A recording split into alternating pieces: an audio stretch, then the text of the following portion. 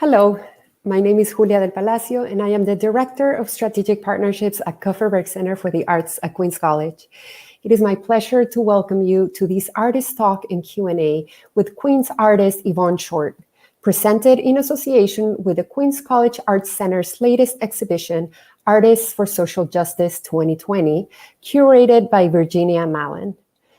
This talk will be hosted by the Queens College Arts Center Gallery Coordinator, Michelle Shakmaroff.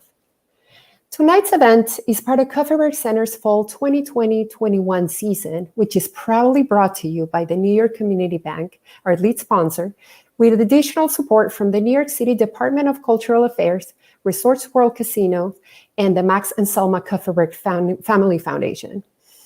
We thank our sponsors and supporters, and we thank you for joining us this evening. Remember to check out all the virtual programs we have for you this fall and to subscribe to our YouTube channel to be able to access this and other artist and author talks, performances, and conversations. Without further ado, I'd like to introduce Queens College alum, multidisciplinary artist and curator of her own right, and Queens College Arts Center Gallery Administrator, Michelle Shakmaroff. Thank you so much, Julia. And thank you everybody for joining us. My name is Michelle Shakmaroff. I am the Queens College Arts Center Gallery Coordinator. The Art Center is a rotunda style exhibition space located on the 6th floor in the Rosenthal Library at Queens College. In a non-COVID world, it would host 4 to 6 free exhibitions open to the public. One of the exhibitions that we have scheduled for this season is Artists for Social Justice 2020. It is a collaborative exhibition with group artists that are basically speaking on the issues that are going on in not just the country, but all over the planet today. Today we have Yvonne Shortt. She is an African-American visually impaired artist, and she's going to be talking to us about how she has changed the world through her art today. Hi, everyone. I'm Yvonne Shortt, and I just first of all want to say thank you so much, Kupferberg Center for the Arts, for having me here. Thank you, Andres, Teresa, Julia, for having me. Thank you so much to Michelle and a fellow alumni like I am from Queens College. And thank you so much for Virginia curating this show for the Artists for Social Justice 2020. Great. So can you tell me a little bit about your background, Yvonne? Sure, absolutely. So I have a degree in mathematics. I went to NYU for undergrad, and when I graduated, I went into the financial realm, and that's where I basically stayed for 10 to 12 years. After leaving the financial sector, I basically stayed home with my kids for a little while, and while I was home with my kids, I just started to notice things going on in my community, and that noticing of that made me want to investigate it through art. Interesting. And do you work in any particular way? Yes, so I'm a multidisciplinary artist, and so I basically work with clay, I work with sculpture, I work with installation, I work with aluminum, with metals. These are the basic components that go into the things that I create. For example, right here, you're seeing some of the materials that I use for my pieces, such as marble dust. Are being used in these two pieces on screen right now, and they're used as I'm investigating what it means to be an African-American artist, or more specifically, what it means to me to be a woman of color living in Queens at this time. Great. And as we see these things, I was wondering, what are you working on now? That's an excellent question. So right now I'm working on what I'm doing is the African American Marbleization series. That series is really about me investigating what it means to be a woman of color. It's about what it means to be living in Queens at this time.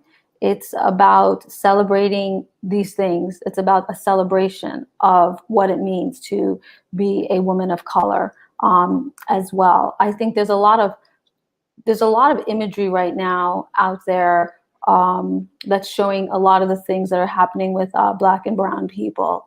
And that imagery, although very important right now and necessary for the conversation, is also kind of very traumatizing as well. So this African American Marbleization series is really about looking at that and saying we need a place to heal. It's about trying to create things that are kind of positive and offer healing for us at this time.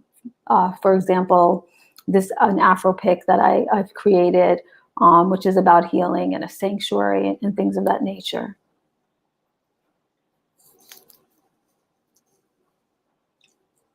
And marbleization, you were saying how you use certain types of materials in your work. What is the significance of these materials? So let's keep this one on the screen for a minute, and I'll talk to you a little bit about the significance in this piece. So this is an Afro pick. This pick is being installed by members of my team. It was really about me investigating it was about an investigation to picks. I have an Afro, as you can see, and I really wanted to know where picks came from. So what I basically did was I kind of did the research, and I found that picks date back to 6,000 years ago. I found that picks came to the United States in the 1960s, and there was a patent that was created for picks using, and for metal picks specifically, where they were patented by two African American men. And then the pick with the fist hand, then they were mass kind of manufactured, and they were using plastic. So in this particular work, I wanted to combine the history of the Afro pick, and that's how I combined it with the clay, with sculpting this particular piece, and then casting it in marble dust. And then I wanted to combine it with the present, which is using the metal, and kind of fuse those two together.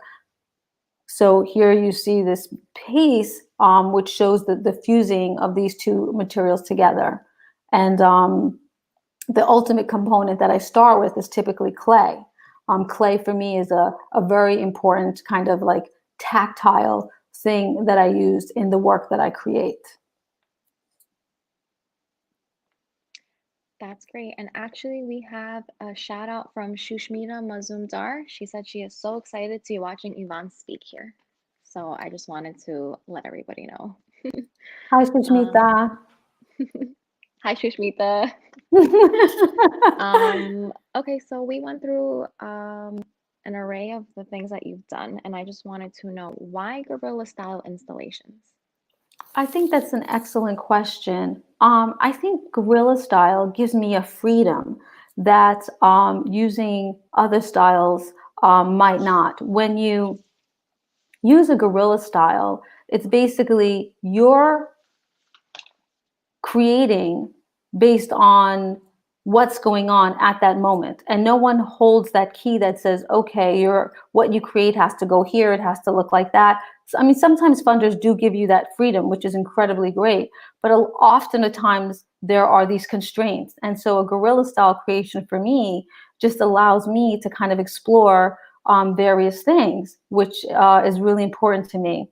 And it's even more important because I'm usually asking a question. I'm asking a question that I don't necessarily have the answer to. And since I have no idea where it's going, that's kind of a good thing. And I want to follow that through. So, for example, I was investigating what did it mean for so few to have what so many need. And if you looked at this queue up rig for me, you'll see that in this rig piece here, that we installed this kind of a guerrilla style in the park.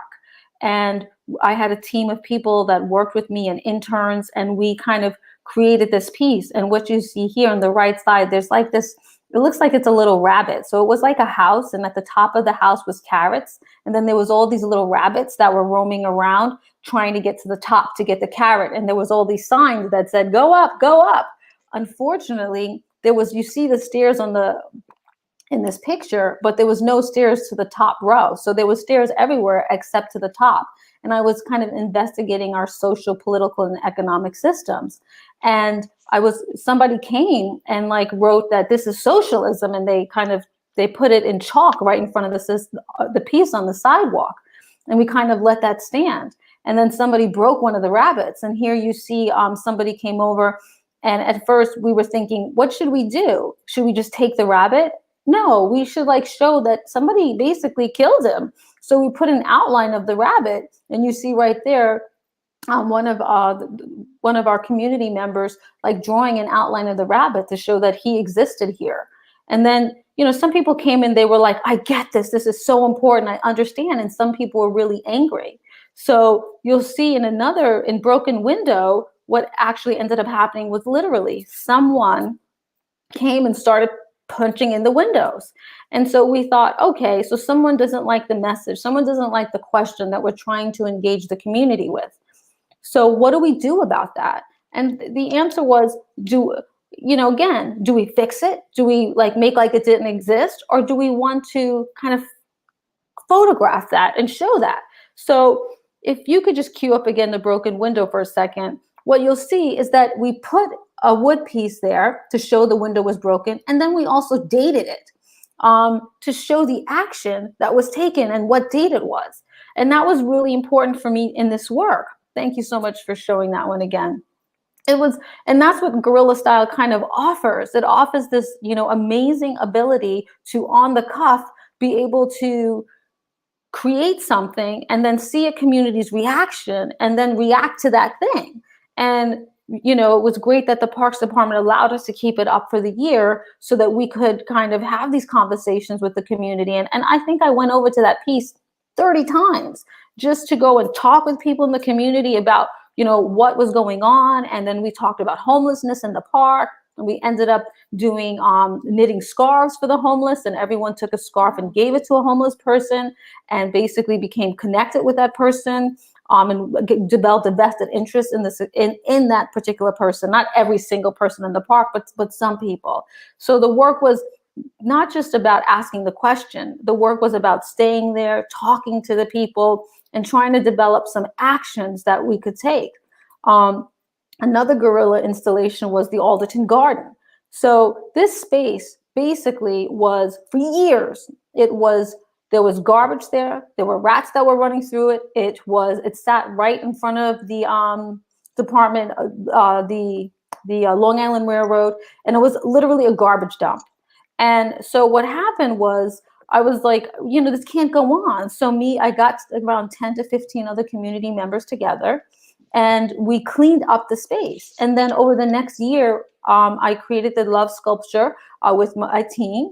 And we installed this love sculpture. It looks like puzzle pieces. It's LOVE, and they're like little puzzle pieces. And behind it, it says like love oneself. So you can't see it in the shot, but there's a white wall behind there. And it says like, love yourself, love your community, love the people in your community. And that was like a Guerrilla, installation. It was based on cleaning up the space and putting a response in the space. And then, someone got like hundreds of daffodils, and we planted it in the space over the course of 3 weeks. And the Girl Scouts got involved, and we were able to kind of revitalize the space. And so these kind of Guerrilla installations become so important to the community, and they are important to having conversations and taking actions within our community. And just so important. I can tell that they give you the freedom through the art to make the change that you guys want. It's actually beautiful. And because we're in a very crazy time right now, just like in the world in general, how has COVID impacted you as an artist and how you've been making your artwork lately? So COVID has been very difficult. I mean, I, along with I'm sure others, have lost people that we love during this time. And there's no denying that. But it's also been a point of reflection. And it's also been a way for us to maybe take a moment and just think about our place in society and our role in these spaces. And so with COVID, I have a studio. It's in Regal Park. It's a 2,000 square foot space. I have a team. And when COVID hit, the people on my team, we couldn't all be in the space. So I have an old farmhouse with a barn. And I decided to come upstate to this barn. Now, this barn, this picture you're seeing now, is a barn in much better shape. When I first came up, the windows were busted out. You know, we really didn't have much inside of there, but it was like, I need to find a space to keep creating because I can't be in my studio and all of my team down there. And I have all these things I want to create for my community. So I came up here and I started to kind of clean out the space. I started to fix the windows. I made tables. I used the miter saw to create different things that were needed in the studio. And I started to say to myself, so doing this action made me, again, because I have a question-based practice, it made me ask myself, are there other artists out there like me who find themselves right now in Dutchess County who might be able to utilize spaces such as barns that were dilapidated? So a new question formed in my mind. How could we take barns that might be dilapidated and turn them into community spaces or artistic spaces for creation? And so as I formed that question and put it out there, I received a call from someone at an architecture firm called OMA saying that they wanted to give some time to some of the projects that I was working on. And so I told them about this question I was asking myself. And they said, we're going to come up there. We'll take a look. We'll take some measurements. So in this picture here, their team is up here. They're taking measurements of the barn. And we're kind of collaborating with the guiding question of how can we reimagine the space? And we'll document the process so that other artists and other community people who might be working in barns or find themselves having to work in spaces that they weren't normally working in can use these set of guiding questions to help see how I'm kind of changing my space and how they may change their space as well. So COVID has given me an opportunity to ask a question and then reflect on that question and work with the community to kind of come up with some answers that could help myself and my community, but maybe another artist and their community as well.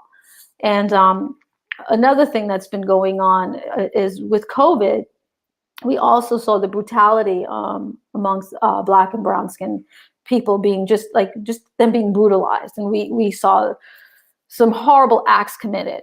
And so for me, during this time, it became a point of reflection. It became a point where the African American Marbleization series that I'm working on, it all came together. It made me think, hey, my African American Marbleization series is about celebrating people of color. And I'm creating pieces like the Bantu Knot Girl. If we could cue up the Bantu Knot Girl, you'll see. So this Bantu Knot Girl here, she is a young girl who's greasing her hair. And this is a porcelain clay piece, and it will be fired, it will be porcelain, it will be placed outside. So with COVID, it really made me think about ways that I could celebrate what it meant to be a woman of color. And so it made me kind of think about, as a child, those things that made me feel different than others, because I grew up in a community that was where I was one of a few African Americans, and that thing wasn't celebrated. And I felt odd about greasing my hair when no one else did. And it made me say, I want to celebrate this. I want other girls to be able to celebrate this kind of thing. So you see this little girl, she's probably around 12, because you don't start greasing your own hair typically until you're older. When you're younger, you do it with your mother or your father. It's an act of comfort. And sometimes it's harsh because they're pulling your hair and you get upset. But it's also, when you get older, it becomes a point of reflection. So here she is, she's a 12-year-old girl and she's reflecting. And this is the act of her reflecting on greasing her hair and on her kind of independence. And that's what you're seeing in this Bantu Knot piece right here. So I decided that I wanted to create some sanctuaries in urban spaces, celebrating what it meant to be a person of color. And then I'm collaborating also with another architecture firm with 1100 architect Kelly Lee, and we have started thinking about what could this sanctuary look like. And so the first thought was I wanted to use pieces that were found in the everyday realm. Nothing expensive, but something that when cast in a different light could be beautiful. So we decided that we would use masonry unit, which would then be used to create this pond. So we now have the idea is that we're going to create these ponds. There are around 350 masonry bricks to put these ponds together. And the seats are actually made from porcelain masonry units. So this porcelain pieces we create in the studio, and then the masonry units we have sent, over, and we'll create these ponds. And inside of these kind of sanctuaries, we will have something of celebrating what it means to be a person of color. So in this picture, you can see a little closer up that we also have, like in the back, a little jar, and we also have a little pick. And so the idea is that these sanctuaries will become spaces where we can celebrate what it means to be a person of color. And I think COVID kind of gave me a chance to think about this stuff a little bit more, because I was always in the act of create, but stepping away from the studio practice downstate and my team working there and coming up here with a smaller portion of my team gave me a little space to think. So I think that's very important for me. And so those are two ways that COVID has kind of impacted me. And a third way, which was, it made me think public art is so important. And that's what I am at the core, a public artist. It's important. And so how do we I was at Queens College. I went to Queens College for a master's, and I always thought there was just a couple of pieces at Queens College. And it made me think, I want to create a space where kids who are at university have an opportunity to create public work, and alumni such as myself have a way to come back and to create as well with the student body. So it made me reflect on, how do we help the younger generation that's in school who might not know that much about public art, because it's really a wealthy white man's world. It really is. Public art is extremely expensive, and most of the people donate those pieces, and those pieces are expensive, but they have wealth behind them. So the stories that are told are often big and steel, and how many times do you see, a young woman of color greasing her hair? Never. So I wanted to have, right? And I noticed that you helped to curate something when you were a student here with the students. And so I want to bring that idea, though, of public art, I want to bring that back to our Queens College community. Sure. I want to create, just like we have this art that is, you walk around and you see it from people from many years ago. Why can't we have little pedestals at Queens College? And why can't we as alumni and students have a role in creating and activating our spaces and having conversations? So that's the third thing that I think COVID has made me think about. Public art should not be a wealthy white man's game. It has to be a space for people to contribute. And we can start that in college. And being at a city university where there's so much diversity is an excellent place to start. And that's also why I submitted a proposal to Queens College to kind of create these different kind of spaces for public art to go from the alumni, and then working with the student body so that the students are able to create, and we have their work on display for communication and conversation and action, so they can learn. What are your thoughts about that? I actually completely fully agree with you. There actually was, and I have this conversation all the time. I just feel like because public arts is such a small sector of like art in general, especially institutionalized art in a university, that people just don't know that it exists. But there actually was a whole public arts movement at Queens College, and there are little sculptures all over, and there's a small map of it somewhere in the art building, like the Clapper Art Hall.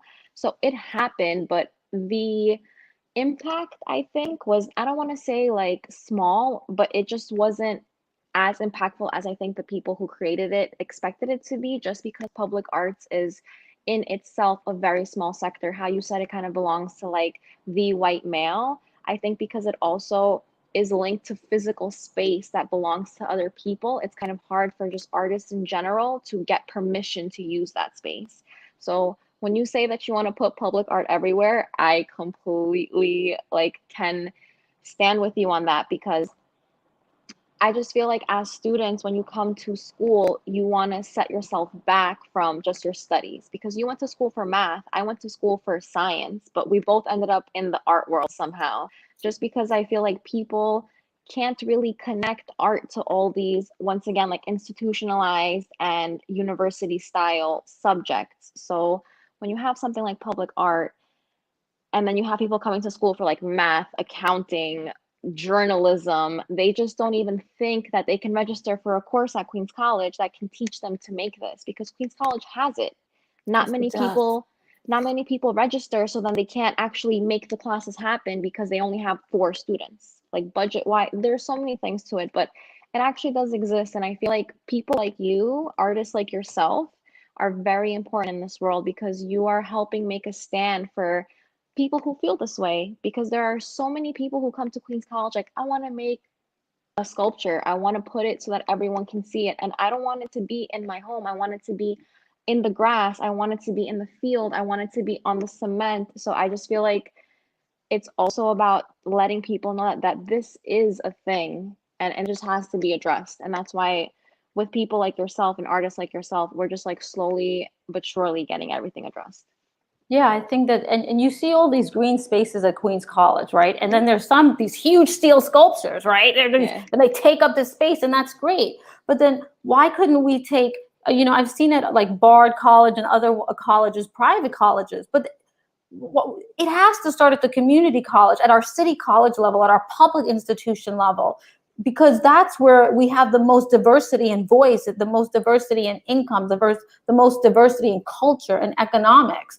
So to me, that is like an important place for this kind of work to start. And so I mean, if anyone is listening, and if they're, I submitted a proposal. I'm hopeful that we'll be able to talk with all of the different, people at Queens College to make something like this happen. Because honestly, I was just invited by another college to do something, and I noticed that they have like 6 or 7 different cement bases. And then they invite their, most of the time alumni, but sometimes they invite other artists to come and to install work on those bases, and then to lead conversations with their students. And so I thought, hey, that's what I want at Queens College, is exactly like what's at this other college in West Virginia. And I thought, this is definitely something that we can do. And then it takes it away from being a rich white man's sport and brings it back to an every person's sport, and not just a sport, because public art is a necessity. It's a way that we have to talk about the things that are in our hearts, that are sometimes like killing us or hurting us, right? Mm-hmm. And if we could have these spaces in our beautiful Queens College, to have these kinds of discussions, I feel like we could get a lot addressed and talked about. So that's become my third like passion project, if you will. And I don't think we talked too much about this earlier, but when I first started, I didn't start to become famous. I started because, if you could just cue up that little girl, that 4-year-old, I want to just show that. I know we're going to take questions, but could we cue up that 4-year-old girl in the garbage? That little girl is my daughter. This is how I got into practicing art. On 63rd Drive, there was this underpass. It was filled with garbage. The walls were dilapidated. There were pigeon poop that was coming. The pigeons were up on the top of the walls. The poo was falling down. The cement was cracked. You see that there's like that dirt there. And all people would throw their food down literally in that dirt. and I put out a call and I just asked people to come help me clean up the space. I had the garbage bags, the gloves, everything. I think 2 people showed up. 2 people showed up to help with that space. And then I said, you know what? I'm going to create, I need to have some way of getting more people to come. So I decided to do a mural. So I believe that this was what Andreas was going to put up. So if there's this mural, and then I had over 150 people come. I'm the girl with the little hat looking up at I think that's my husband over there, and my Yuko, who's on a member of my team, and she created this beautiful piece for that as well.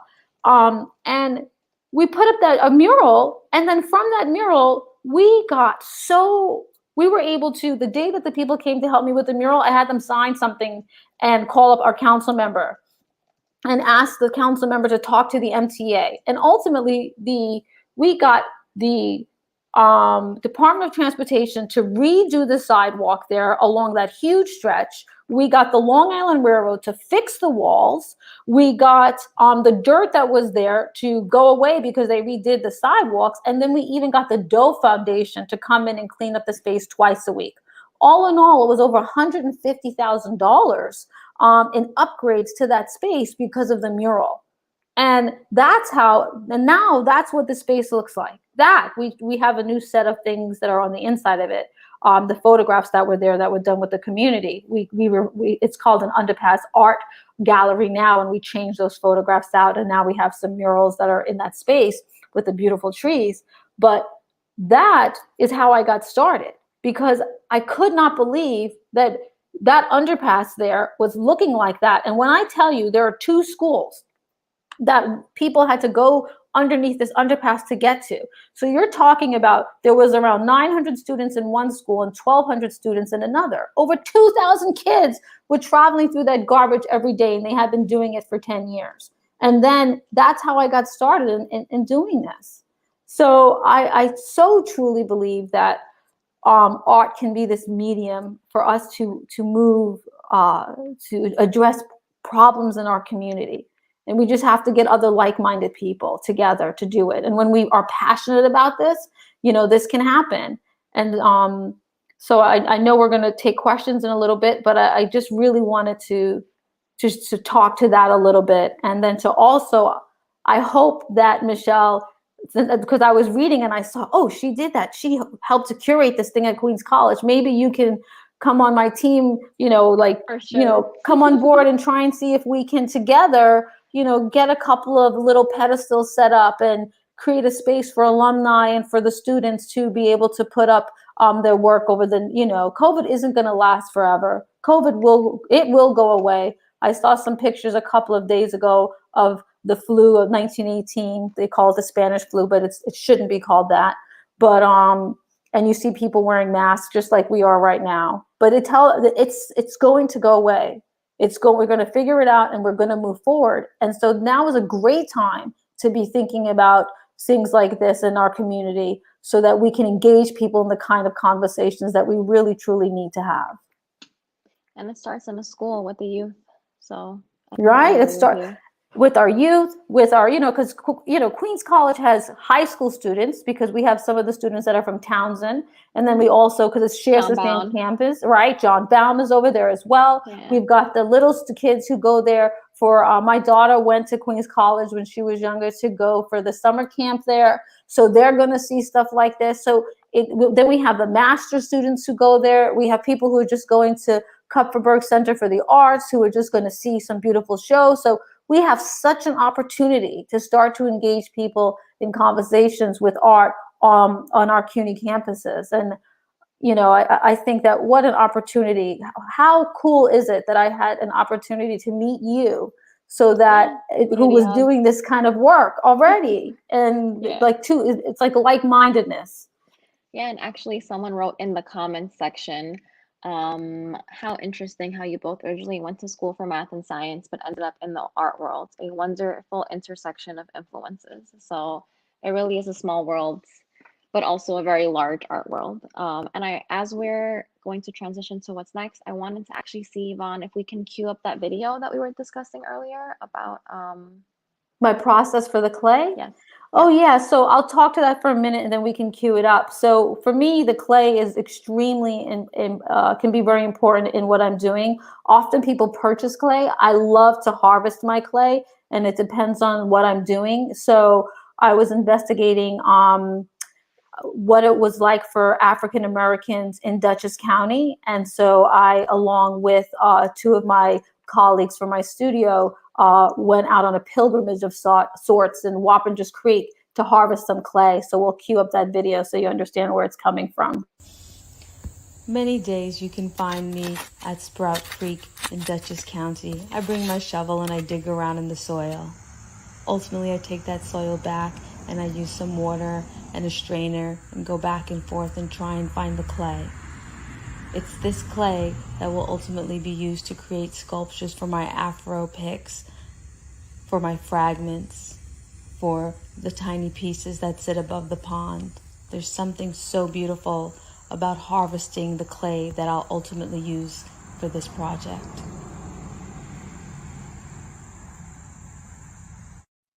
Thank you for reminding us to show that. I thought it's a really important piece, because it also shows that the connection to the materials and the work that's being done. Those materials are so important to me, and the clay being harvested from locations depending on what I'm doing is incredibly important in my process. I can really tell, Yvonne, that you dedicate your craft ultimately to creating a positive change in our community, along with the other artists in the show. So this is where we'd like to open the floor to other guests to ask questions to you. And I'd like to welcome back to the studio, Julia del Palacio, who's going to help moderate this. Hi, Michelle. Hi, Yvonne. And hi, everybody in the audience. Wow, this was a really fascinating conversation. And it's been great to learn more about your work, Yvonne, and your process. And I just love these last video really like brought it home for me in terms of, you really create from the root, like quite literally, right? Like it's not, that you're sort of bring materials from elsewhere to create something somewhere else, but it's like it is rooted from in the place that you're creating it and putting it. And so in a way, I think that speaks a lot about the community aspect of your work, right? Like the community needs to be rooted as well and needs to think about itself in terms of the place where it's living and is spending its time, where we spend our time. And so it's just been really, really beautiful to hear you talk about your work and to, learning more about it. So thank you so much for that. And we do have some questions and comments already from the audience. I'm gonna maybe wait a couple of minutes before getting into that so that maybe we'll get a few more. So before we get into it, I just wanted to ask you, so you talked about how your art has either changed or how you now have been influenced by what's happening in terms of the COVID crisis. And you mentioned how the violence that Black and brown bodies have experienced during the COVID crisis, and of course historically.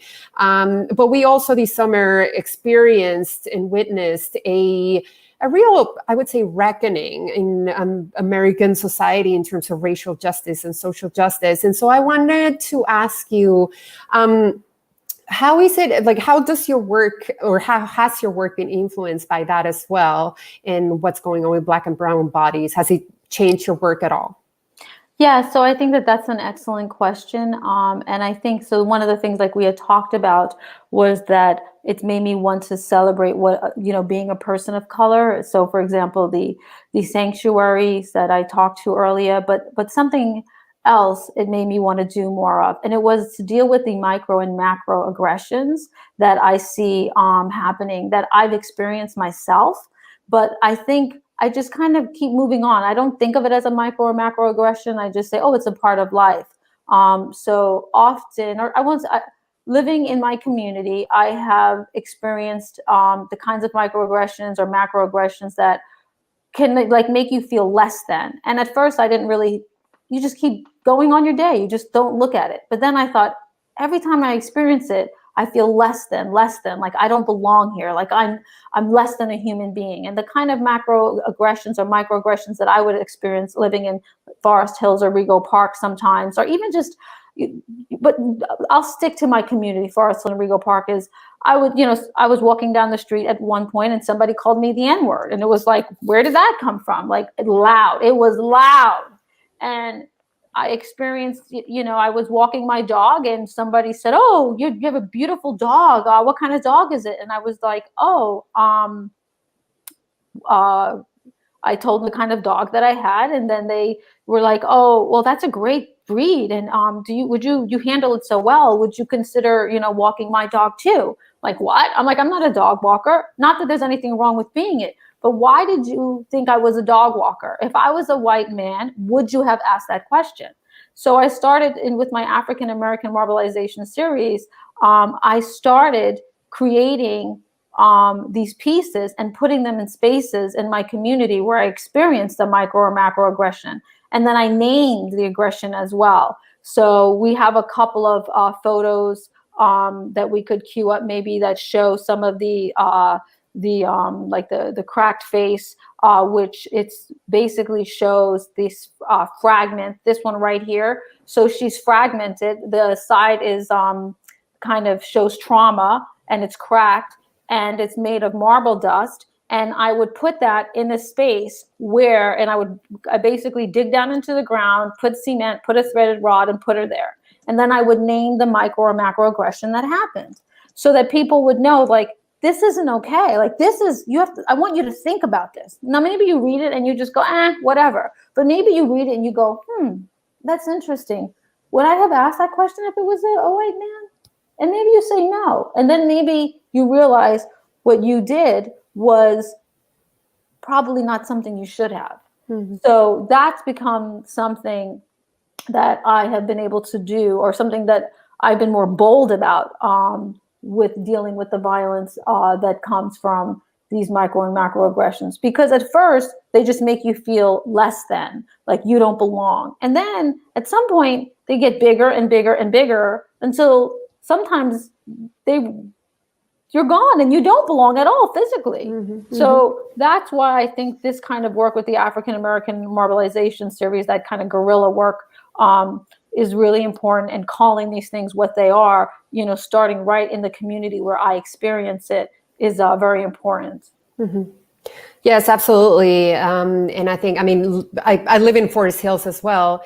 And sometimes I think people who don't experience these type of microaggression on a daily basis, sometimes, honestly, like I'm a Mexican woman, but I'm a white appearing Mexican woman. And I understand how that gives me certain privileges that other Mexican people who are darker skinned than I am don't have.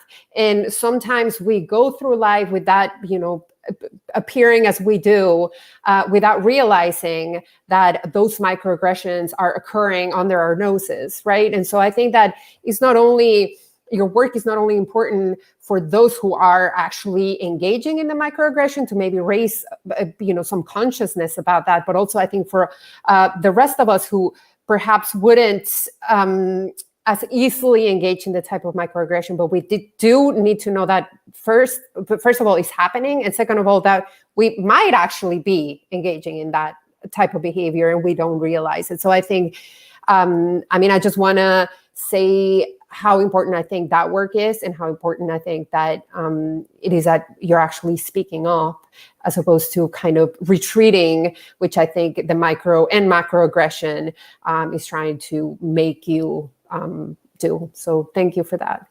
Thank you very much for also explaining it from this perspective as well. I really appreciate that. Absolutely. We do have some comments and questions from our audience. And Michelle, do you want to take one of them? Yes, we have one from Shushmita Mazumdar. She's actually speaking about how we spoke about before, public art. She's saying, and public art is also about developers, who I guess are also all men, ? So I wanted to leave that up to Yvonne to speak about. So Let's see. So developers,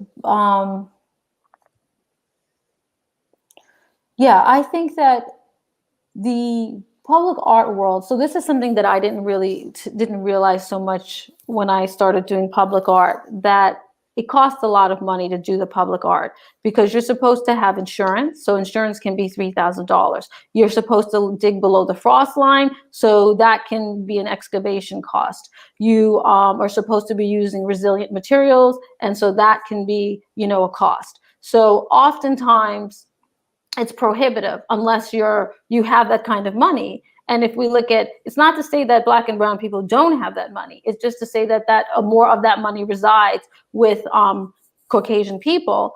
And so, especially when you look at the art world specifically, and many of the people who engage in public art, and you go to some of these outdoor sculpture gardens, and you see just how few people of color are in these spaces, because it's a very expensive proposition. And often as well, people know each other. So a foundation acquires a work because somebody donates it to another sculpture garden, and then the foundation sees it, and then they might buy a piece. But somebody had the money to donate that piece that they created to another space. So that is that's not something that a lot of people can afford to do. So that's something that keeps it at the level of people having the money. And so developers as well. Developers have money. And often and I'm not sure if we're saying developers here in terms of those who are developing buildings, but developers will sometimes give a certain amount of money, a commercial developer, for a piece of public art to go into space. And so that goes to the kind of art that is sometimes created that's to beautify a space. But then the people who create the art, or many of the people who live there, are no longer able to live in the community as the community, prices rise. So I think also as an artist, as a public artist, I'm very much aware of those kind of scenarios, and I'm very much aware of the stories that I want to tell. And so that's why I try to align myself with institutions that are interested in telling the kinds of stories that I would like to tell. And I think in that sense, Yvonne, I mean, I would say you can both tell me if I'm wrong, but I'm thinking that, for example, street art is not necessarily public art, right? But there is street art that I'm thinking about 5 Points, for example, that was in Long Island City, that was completely destroyed and replaced by actually a development, like a luxury building. And so I'm thinking those types of artistic expressions that are coming from communities, local communities, and most times communities of color tend to be seen as less art than, right? And so I wonder if there's something there too, where how do we define public art in the end? Does it need to be formalized in that sense? Like, I just wanted to get your thoughts. I think that's a very interesting question, because a lot of people would see public art that, I'll talk to someone, and I was having this conversation with a couple of people last week, like, well, how do you define public art? And I think that it's art that is in a public space. If you're creating work in a public space, then that is, or we're a public, or even if it's in a private space, but you open it up to the public, then it becomes public art. Now, a lot of people have a very different viewpoints of what public art is. And I think that can, I'll agree to disagree with certain kinds of people. But I think you're right that there is this, sometimes people want to, unless it's commissioned, unless somebody gives you money for it, and you have a press release and you have a ribbon cutting, then it's not public art. And I mean, that's the message that I think a lot of artists like myself feel like we get. So that's a frustration. And that's also why for me personally, art isn't about becoming famous, because who really becomes famous? It's the people who can afford to do so, or it's the people who other people think should be famous, right? Oftentimes, I think that the internet can be more of an equalizer, but in the public realm, There are certain people that we know who can, open doors, and that's who becomes famous. So that's why I often think that guerrilla art sometimes, and however you want to call it, guerrilla, street, public, the art that comes from the individual, right. But the art that comes from the individual person, it may or may not be commissioned, and it's with purpose and intent. I think that is such an important part of what it means for public art, and that we, as I think Queens College as an institution and all the other institutions out there, that we have to be aware that is because something doesn't necessarily have a commission, or because somebody believes in something so much that they want to do it and there's no big backer. It doesn't make it less than, and it doesn't make it something that shouldn't happen, because they're not coming to the door with the Ford Foundation or the Rockefeller Foundation or whichever foundation it is. But that work maybe it's even more important because it's so audacious in what it's trying to do. Yeah. So I really do believe that 5 Points was a prime example in so many ways of how, when things aren't respected or when things are considered less than, how easy it can be for developers and people with power and means to get rid of something. Mm-hmm. Yeah, I think it's absolutely. Also a lot about like the history of public art, how you said street art. I feel like it started with graffiti, and then graffiti developed into street art where it became like kind of cool. And then now we have public art, where public art is like systematically starting to get okay. It's like okay to do that. It's okay to get permission. It's okay to start doing these things. But then there's people who started 20, 30 years ago who went to jail for graffiti, who didn't go to school, who developed these skills because they just wanted to. They just had the skills. They didn't have money to go to school. They didn't have money to get educated. They don't have a piece of paper that says, I am a fine artist. But if you give them a couple spray cans and a wall in the street, they can make a beautiful piece. So I think that it ultimately comes down to the history of public art, and just kind of like what I was saying before, what people know and the access that they have to this knowledge. It's just growing, and it's very, very new. And like in the schematic of everything in the art world, I just feel like public art is maybe not getting the representation that it needs right now, but in the next maybe like even 2 years, things are changing. And I feel like it's going to be a lot less about the developers want, because the 5 Points people, the artists actually won a huge settlement. They took it to court because those developers ended up using their artwork inside of those buildings, which is like, how are you going to take it down and then put it back in? Like, it makes no sense. So I feel like with artists like yourself and all these other artists that are coming out right now, they actually have a voice and a platform, and they're using it. So I just feel like systematically things are just gonna get into place as long as people just do not stay quiet and people just keep doing what they feel they need to do. Their voices will be heard and things will be different, hopefully. And speaking of money and public art, we have a question from the audience on YouTube. Chuan Yi Wu says, for the public or community art projects, how hard is it to get the funding? So I'll give you an example.